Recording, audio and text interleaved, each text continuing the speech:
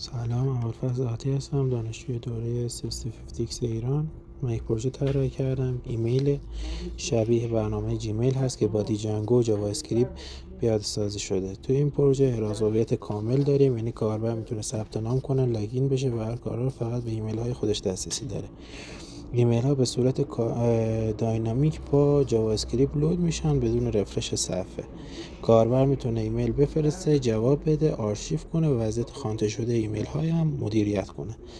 سمت بک‌اند از دیجنگو استفاده شده و ارتباط فرانت و بک با AIP و فتچ انجام میشه.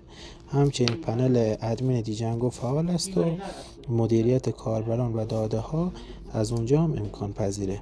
تمرکز این پروژه روی معماری درست امنیت و ارتباط صحیح بین فرونت‌اند و بک‌اند بوده.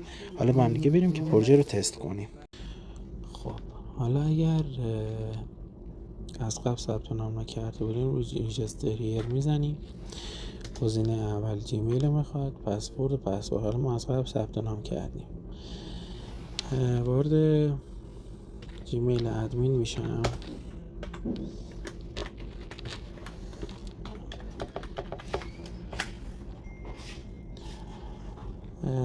بالا این باکس رو داریم، کمپاسی داریم، سند رو داریم، آرشیو و لاگ اوت.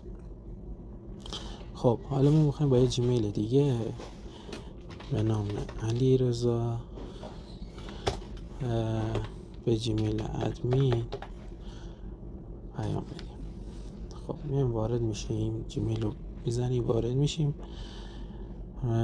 بالا روی گزینه کامپاسی میزنیم، جیمیل رو انتخاب میکنیم. اینجا می‌نویسیم تست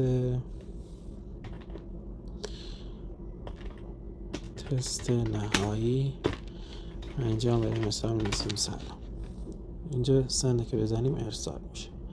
حالا وارد جیمیل ادمین میشیم.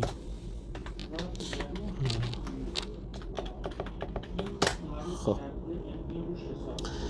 می‌بینیم که توی این باکس واسه ما اومده. اینجا مشخصات جیمیل میاره، این جیمیل خودمونه، تست نهایی بوده و تاریخ و ساعت هم واسه اون میاره. این هم که موضوع شد. نوشتیم سلام.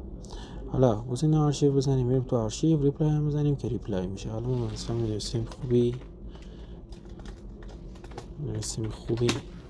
سند رو بزنیم، میره واسه اون جیمیل. خب گزینه آرشیو امتحان کنیم. برای فرض مثال الان وارد این میشیم و تو گزینه آرشیو که بزنیم وارد آرشیو میشه.